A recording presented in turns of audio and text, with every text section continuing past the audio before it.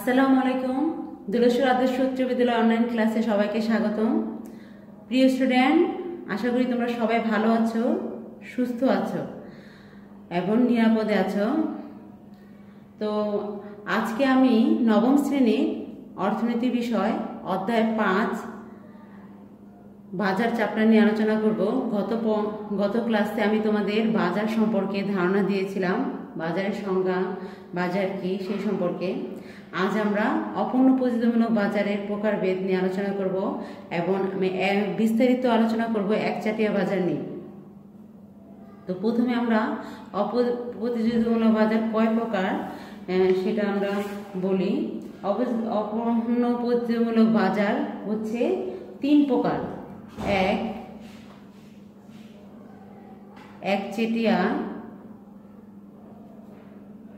একচেটিয়া বাজার, 2 একচেটিয়া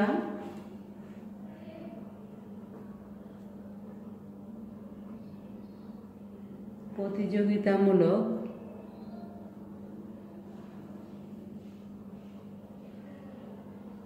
3 অলিগোপলি বাজার। তো আজকে আমরা একচাটিয়া বাজার সম্পর্কে আলোচনা করব। তো একচাটিয়া বাজারকে মনোপলি মার্কেটও বলা হয়। এখানে কোনো প্রতিযোগিতা থাকে না, অপূর্ণ একটা অবস্থাকে বিরাজমান করে। তো মনো অর্থ হচ্ছে এক আর পলি অর্থ হচ্ছে বিক্রেতা। ফলে মনোপলি শব্দের অর্থ দ্বারায় একজন মাত্র কে বিক্রেতা থাকবে। মনোপলি কথাটি যদি আবেদনিক অর্থ আমরা জানি যে কোনো ব্যক্তি, সরকার বা কর্পোরেশন কর্তৃক কোনো একটি দ্রব্য উৎপাদন ও বিক্রয় একচেটিয়া অধিকার, মানে সে এককভাবে অধিকারটা করে থাকে।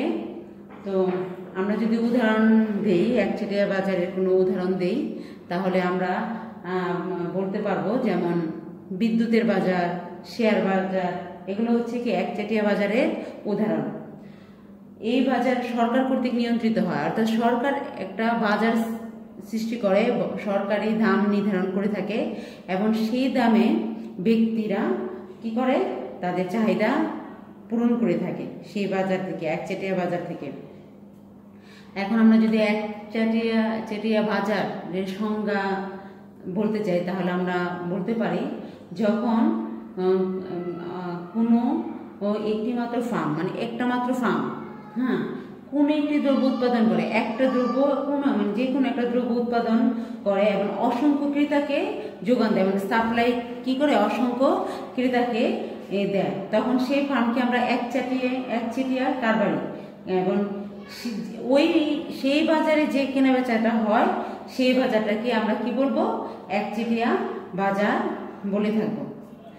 তো যে দ্রব্য বিক্রয় বা যে ফার্ম একচেটিয়া অধিকার লাভ করে সেই ফার্ম বা বাজারের সেই দ্রব্যের, মানে যে ফার্ম সে দ্রব্য বিক্রি করে এবং ফার্মে কি করে একচেটিয়া অধিকার লাভ করে এবং তিনি নিজে এককভাবে কি করে সেই দ্রব্যের যোগান নিয়ন্ত্রণ করে থাকে।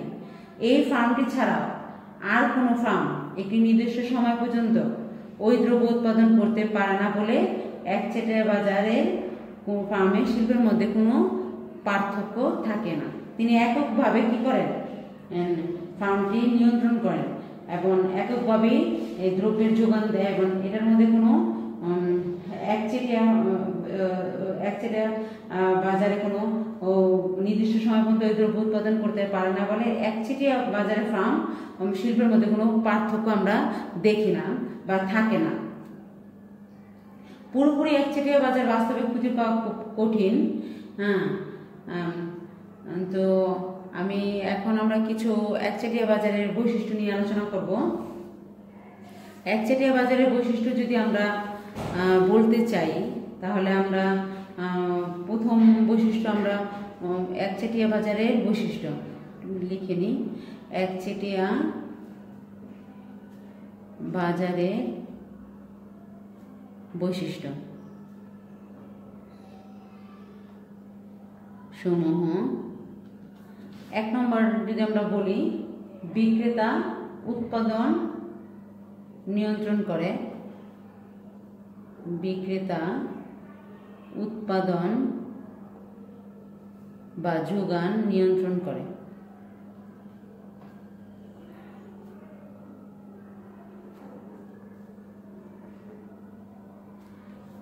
অর্থাৎ এই বাজারে একচেটিয়া বাজারে একজন মাত্র উৎপাদক থাকে এবং বিক্রেতাও থাকে কি একজন।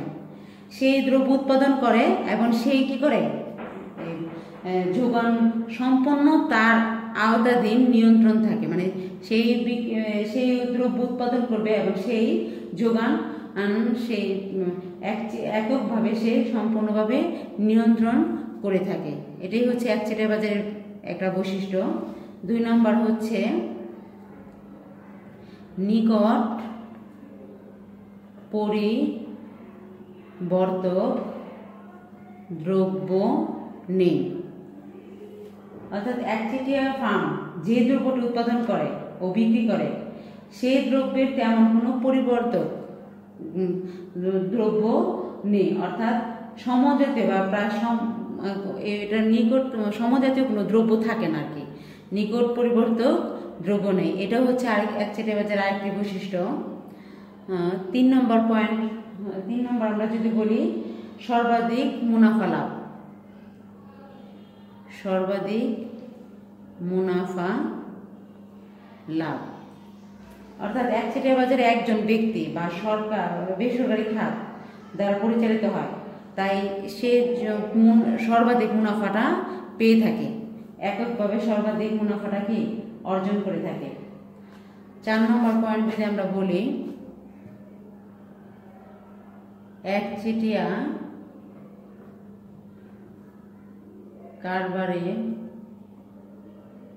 কারবারের ফার্ম ও শিল্প একই। অর্থাৎ একচেটিয়া বাজারে একটা মাত্র ফার্ম থাকে, ফলে সেই ফার্মটি শিল্প হিসাবে পরিচিত। অর্থাৎ এটার কারবারের ফার্ম ও শিল্প একই, এটা একটা বৈশিষ্ট্য। 5 নম্বর পয়েন্ট, এককভাবে দাম অথবা যোগান নিয়ন্ত্রক।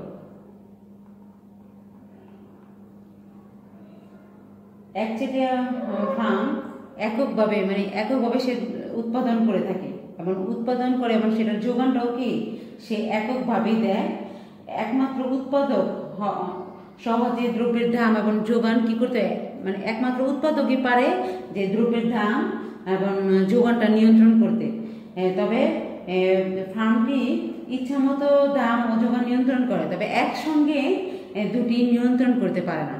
মানে ফার্মটি ইচ্ছামতো তাদের দ্রব্যের দাম এবং যোগান নিয়ন্ত্রণ করে, কিন্তু একসঙ্গে দুটি নিয়ন্ত্রণ করতে পারে না। এটা হচ্ছে একচেটিয়া বাজারের আরেকটি বৈশিষ্ট্য। তো 6 নম্বর, নতুন ফার্মের প্রবেশ বন্ধ। নতুন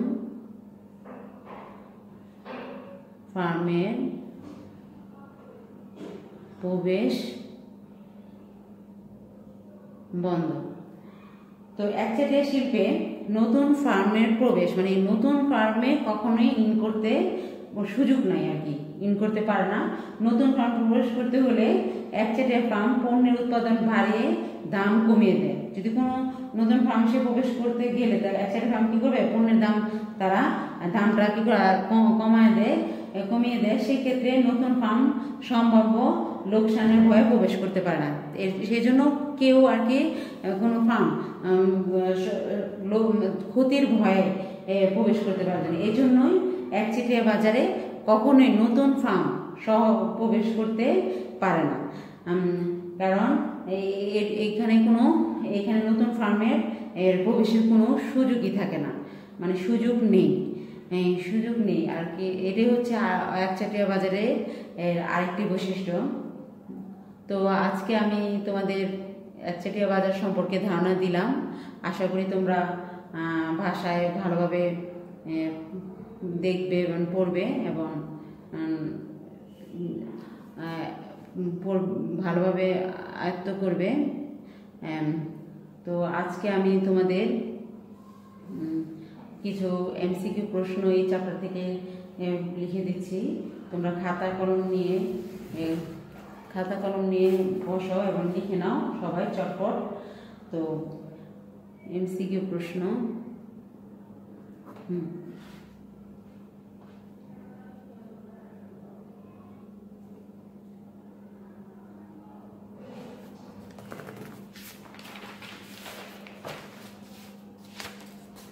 তো 1 নম্বর প্রশ্ন, আমি কিছুক্ষণ আগে বলছি যে মন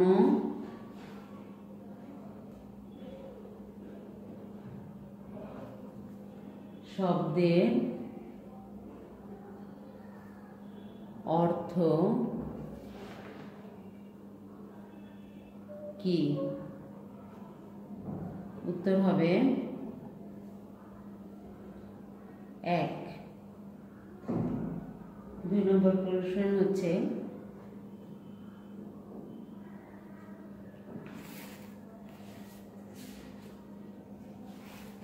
পলি শব্দের অর্থ কি? উত্তর হবে বিক্রেতা।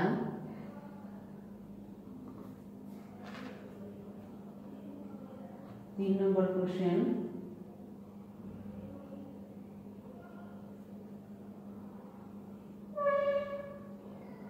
কোন ফার্ম এককভাবে উৎপাদনের যোগান দেয়? উত্তর হবে মনোপলি।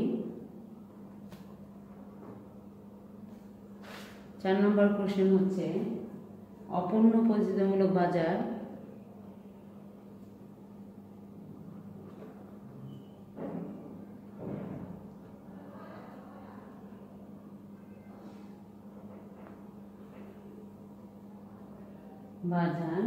কত প্রকার?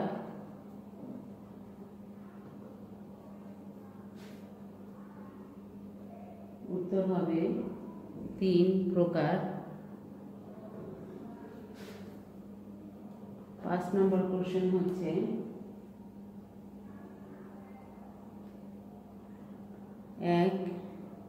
একচেটিয়া বাজারের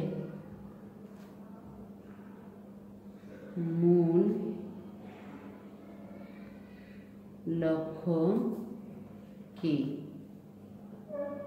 উত্তর হবে সর্বোচ্চ মুনাফা।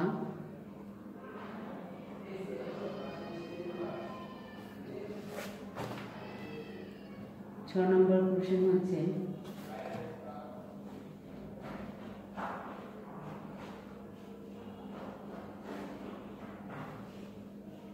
বিকশিত বাজার কত ধরনের হয়? উত্তর হবে 3। 7 নম্বর কোশ্চেন হচ্ছে তিতাস গ্যাস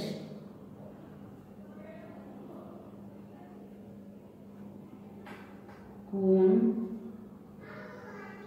ধরনের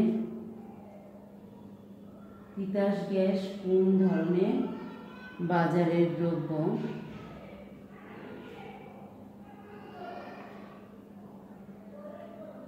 উত্তর হবে একচেটিয়া বাজার।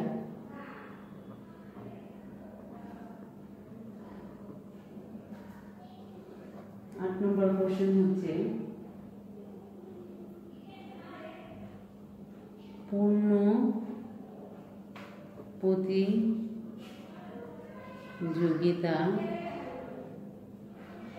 মূলক বাজারে দ্রব্যের প্রকৃতি কিরূপ?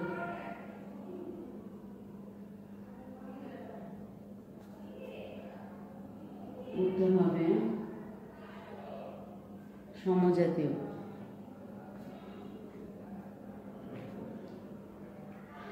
তো আজকে এই পর্যন্তই। আশা করি তোমরা সবাই ভাষায় পড়বেন এমসিকিউগুলো, প্রশ্নগুলো। সবাই সুস্থ থাকো, ভালো থাকো। আল্লাহ হাফেজ।